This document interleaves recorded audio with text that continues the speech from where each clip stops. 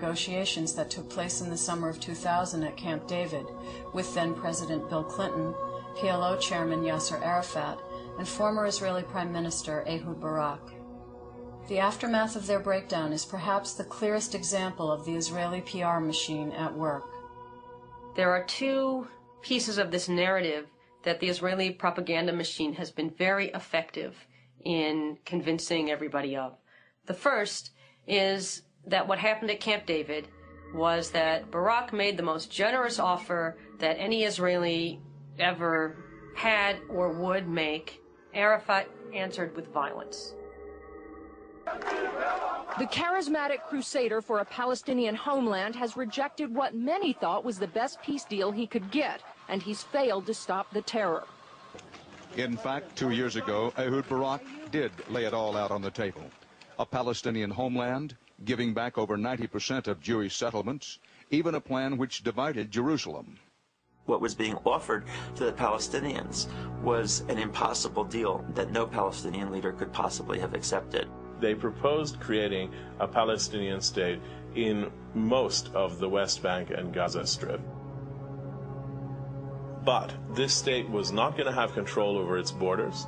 It was not going to have control over its airspace. It was not going to have control of the only resource, natural resource in that area, which were the major aquifers. And it was going to be bifurcated and crisscrossed by Israeli settlements and Israeli roads. So it was going to be broken up into at least 4 or 5 different pieces.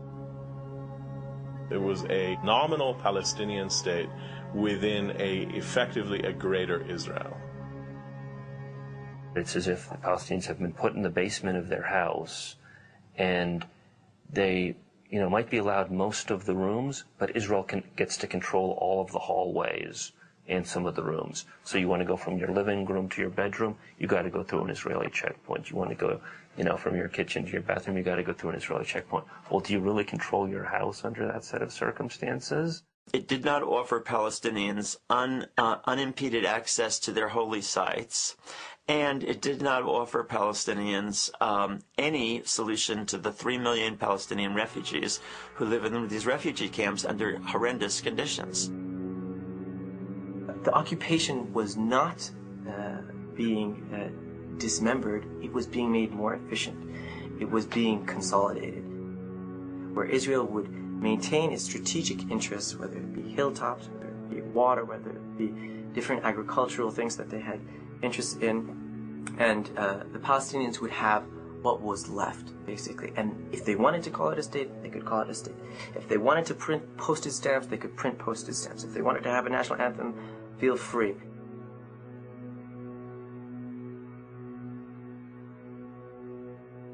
The second myth that the Israeli PR machine was able to spin was that Arafat, having rejected the deal of a lifetime, then incited the Intifada out of spite. The failure of these negotiations, which the United States supported, in which the Israelis made serious offers, that the Palestinians in leadership decided on a strategy of street fighting as a response. When this latest round of violence broke out, if you look at the editorials that ran in the big American newspapers, they overwhelmingly said that the cause of the violence was Arafat's rejection of the Camp David Accord, and they blamed the Palestinians, and they sided with Israel. This intifada had very little to do with Camp David, because on the ground, parallel to what the leaders were talking about, who had become so many talking heads as far as the average Palestinian was concerned, you had ongoing land expropriation, tree uprootings, road building. Settlements were being expanded at a quicker pace under Barak than they had been under Netanyahu. Unfair water allocation, by which many Palestinians in the summer and fall have approximately 2 hours of running water a week, when next door you can have a settlement with green lawns and a swimming pool. So what are people supposed to think? Rightly or wrongly, this said to people, this is not a peace process. And even if it is, by the time it's concluded, everything I have is going to be gone. It's going to be expropriated. So what's in it for me? On September 28, 2000, Ariel Sharon, then Israel's defense minister, sparked the Palestinian Intifada with a provocative visit to a site in Jerusalem, holy to both Jews and Muslims. Surrounded by hundreds of riot police, Sharon strode onto the contested sacred site as a demonstration of Israel's control of the area. Sharon was met with protests from Palestinians, who began hurling rocks at police and who then stormed the holy site. Israeli riot police fired tear gas and rubber bullets at the protesters. The rioting quickly spread to other parts of East Jerusalem and to Ramallah in the West Bank. Dozens, both Israelis and Palestinians, were injured. The Palestinian Intifada had begun.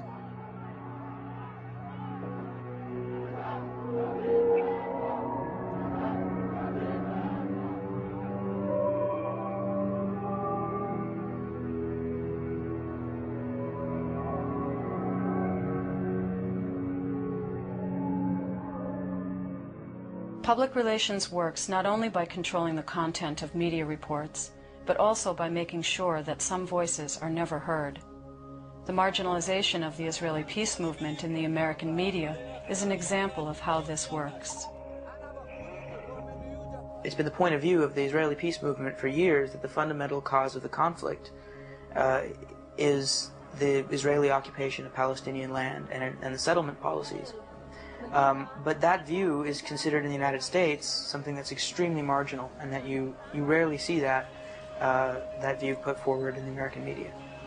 We, in the Women's Peace Camp in Israel, organized a mass vigil of women in black and a mass march through the streets of Jerusalem. 2,000 women strong, both Israelis and Palestinians. Can you picture that dramatic moment? 2,000 women dressed in black marching down the streets of Jerusalem to the walls of the Old City, where we hung banners from the walls of the Old City saying peace in 3 languages, Hebrew, Arabic, and English. And guess what? It didn't get into the media.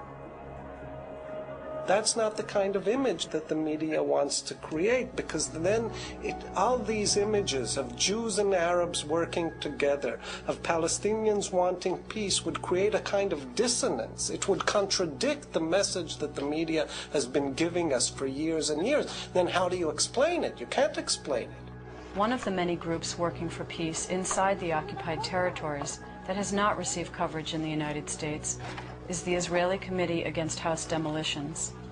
The committee's work has attracted a range of Israelis committed to peace, including Israeli soldiers. Our role is to go there and to rebuild Palestinian homes as a constructive way of resisting occupation. We're going to a Palestinian village and we're standing shoulder to shoulder, hand to hand, with Palestinian people who wish to have peace with Israelis. And in that way, where a lot of Palestinians are seeing that there are other Israelis, not the one who demolishes, but others who are rebuilding, and it keeps a flame of hope for a better future. In January 2001, 53 Israeli reserve officers in the Israeli Defense Force publicly refused to serve beyond the 1967 borders.